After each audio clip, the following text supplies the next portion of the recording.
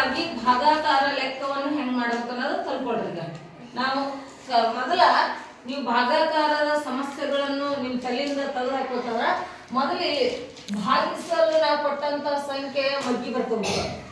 ಗುಣಾಕಾರದ ಮಗ್ಗಿಗಳು. ಗುಣಾಕಾರದ ಮಗ್ಗಿ ನೀವೇನ್ ಮಾಡ್ತೀರಿ, ಎರಡೊಂದೇ ಎರಡು ಅಂತ ಬರ್ತೀರಿ ಎಲ್ಲರೂ, ಹೌದಲ್ಲ?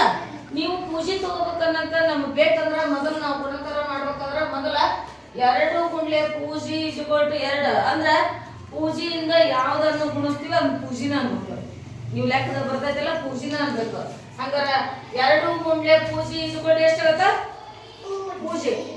2 ಒಂದ್ಲೆ 2 ಎಳೆ 2 ಮೂರ್ಲೆ 2 ನಕಲೆ 2 ಎಲೆ 2 ಆರ್ಲೆ 2 ಏಳೆ 2 ಎಂಟ್ಲೆ 2 ಒಂಬತ್ಲೆ 2 ಹತ್ಲೆ. ಆಯ್ತಾ? ಈಗ ನೋಡ್ರಿ, ಈಗ ಲೆಕ್ಕ ಮಾಡಲ್ಲ ಇದನ್ನ. ಈಗ 2 ಬಗ್ಗೆ ನೀವು ಮಗ್ಗಿನ ಪರ್ಫೆಕ್ಟ್ ಇರ್ಬೇಕು. ತಲೆಯಾಗ ಮಗ್ಗಿ ಪರ್ಫೆಕ್ಟ್ ಇತ್ತಂದ್ರೆ ನಿಮ್ಗೆ ಬರ್ಕೊಳ್ಳೋ ಅವಶ್ಯಕತೆ ಇರಲ್ಲ. ಈಗ ಎಲ್ಲರಿಗೂ ಗೊತ್ತಾಗ್ಲಿ ಅನ್ನೋದು ಹೇಳ್ತೀನಿ. ಅದರ 2ರಿಂದ ನಾವೇನ್ ಮಾಡೋದು, ಸಿಂಗಲ್ ಸಂಖ್ಯೆ ತಗೊಂಡು ಹೋಗ್ಬೇಕು. ಈಗ ಹಂಗಾರೆ 2 ಮಗ್ಗಿಗೆ 2 ಐತನ ಪ್ಲೇಲರ ಎಷ್ಟೇ? ಅದರ ಎಷ್ಟೇ ಅಂತ ಬಂದಿರ್ತೈತೆ ಅದನ್ನ ಇಲ್ಲಿ ಇಡ್ಬೇಕು. 2 ಒಂದಲೆ 2. Very good. ಈಗ ಏನ್ ಮಾಡೋದು ಹೇಳ್ರಿ? ಏನ್ ಮಾಡ್ಬೇಕು? ಹಂಗಾರೆ 2 2 ವೆರಿ ಗುಡ್. ಇನ್ ಮುಂದೆ ಏನ್ ಮಾಡೋಣ ಹೇಳ್ರಿ?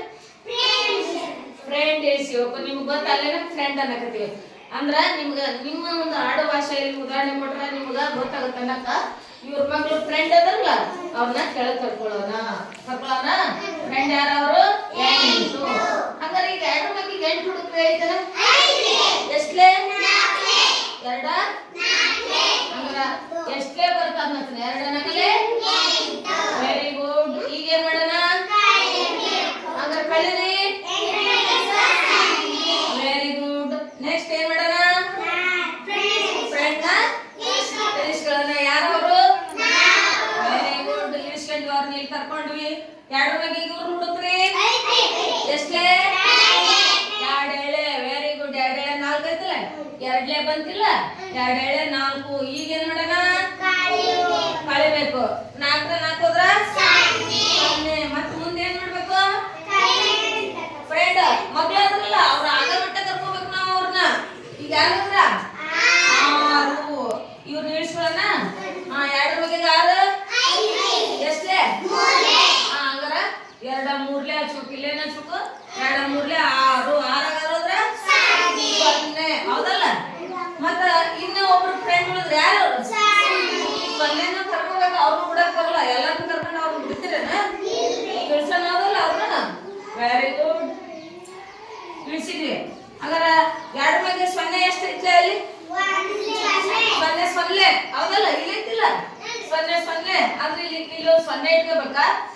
ಇಲ್ಲೊಂದು 0 ಇಟ್ಕೊಂಡು ಇಲ್ಲೊಂದು 0 ಇಟ್ಕೊಂಡು ಮುಗಿಯಿತು. 0 ಬಂತು, 0 ಬಂತು. ಲೆಕ್ಕ ಕ್ಲೋಸ್.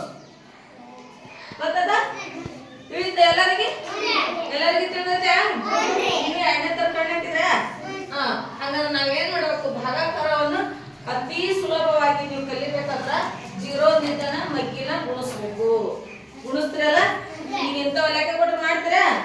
ಅಲ್ಲಿ ಇದು ನೋಡು, ಇದು ಭಾಗಾಕಾರ ಮಾಡ್ತಕ್ಕಂತ ಈ ಮಗ್ಗಿನ ನೀವೇನ್ ಮಾಡ್ಬೇಕು? ಸಂಪೂರ್ಣವಾಗಿ ಬರ್ಕೋಬೇಕು.